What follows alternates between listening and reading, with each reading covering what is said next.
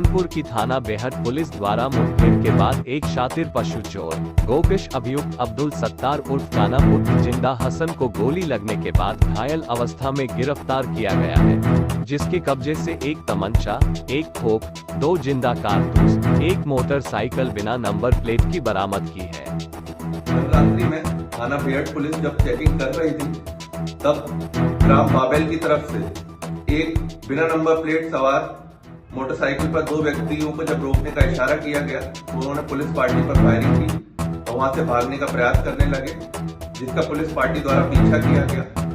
आत्मरक्षा जवाबी फायरिंग में एक बदमाश के पैर में गोली लगी है तथा इसका दूसरा साथी जो है वहां से भागने में सफल रहा। जो घायल बदमाश है उसे पुलिस पार्टी द्वारा गिरफ्तार किया गया है, जिसके कब्जे से एक 315 बोर का अवैध तमंचा व जिंदा और खोखा कारतूस मिले हैं। घायल बदमाश की पहचान अब्दुल सत्तार उर्फ काना निवासी लखनऊ थाना गंगो, जो जिसका हाल पता अभी कस्बा बेहट में है, कुछ समय से इसके रूप में हुई है। ये जो अभियुक्त है, इस पे हरियाणा राज्य एवं सहारनपुर जनपद के 1.5 दर्जन से ऊपर मुकदमे पंजीकृत है और ये फिलहाल में थाना इंद्री जनपद करनाल की हत्या के प्रयास के अभियोग में एक वांछित अभियुक्त है। इससे पूछताछ की जा रही थी और इसे प्रारंभिक उपचार के लिए जो है जिला अस्पताल भी भर्ती कराया गया है। घटनास्थल का मुआयना। सहारनपुर में समाजवादी पार्टी के नवनियुक्त महानगर अध्यक्ष हाजी नवाब अंसारी का सपा कार्यकर्ताओं के द्वारा जोरदार स्वागत किया गया। पार्टी के कार्यालय पर आयोजित कार्यक्रम में नवनियुक्त महानगर अध्यक्ष हाजी नवाब अंसारी ने पदाधिकारियों व कार्यकर्ताओं का आभार व्यक्त करते कहा कि सपा विधायक आशु मलिक के प्रयासों से मुझे सपा के राष्ट्रीय अध्यक्ष अखिलेश यादव के द्वारा महानगर अध्यक्ष की बड़ी जिम्मेदारी मुझे सौंपी है। उस जिम्मेदारी का ईमानदारी के साथ निर्वहन कर पार्टी को मजबूत करने का काम करूँगा।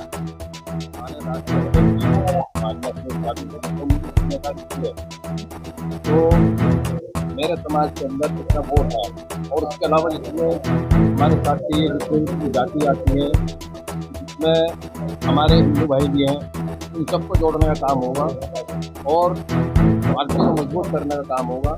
जो भी मेरे ऊपर जिम्मेदारी सौंपी गई है, मैं उसको निभाने का काम करूँगा।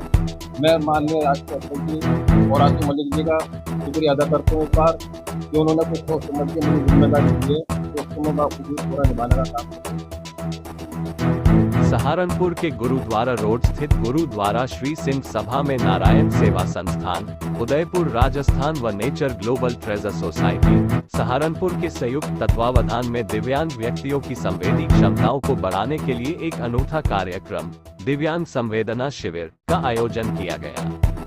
इस कार्यक्रम के मुख्य अतिथि वरिष्ठ भाजपा नेता मानवेंद्र सिंह पुंडीर, राज्य मंत्री जसवंत सैनी के भाई कृष्ण चंद सैनी, महापौर डॉक्टर अजय सिंह, पूर्व महापौर संजीव वालिया, बालाजी धाम मंदिर के अतुल जोशी जी महाराज, पंडित अभिषेक कृष्णात्रे, आचार्य वासुदेव वशिष्ठ ने पहुंचकर कार्यक्रम संयोजक सरदार गुरप्रीत सिंह बग्गा और सरदार मनदीप सिंह को शुभकामनाएं दी।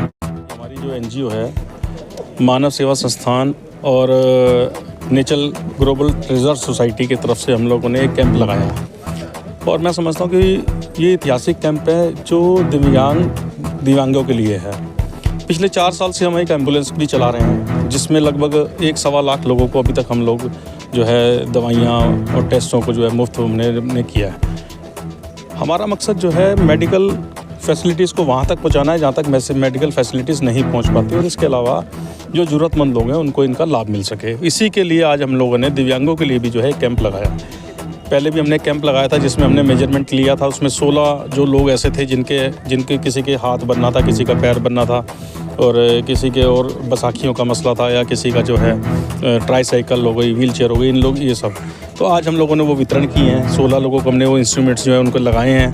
इसके अलावा जो है भाजपा सांसद प्रदीप चौधरी ने बजट 2024 को जन कल्याणकारी और जनहितकारी बताया है।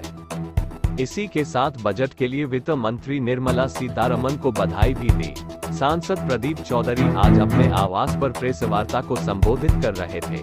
उन्होंने कहा कि अंतरिम बजट में बहुत सारी बातों का ध्यान रखा गया है।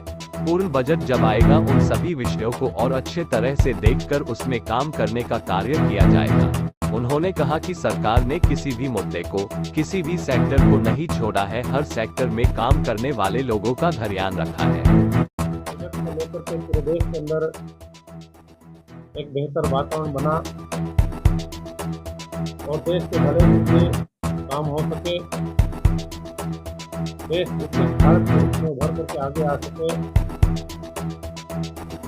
सभी प्रकार के सेक्टर में सरकार ने काम करने का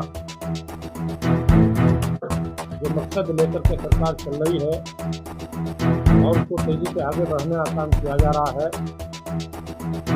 उसी के निमित्त आज मैं आप लोगों से बात कर रहा हूँ।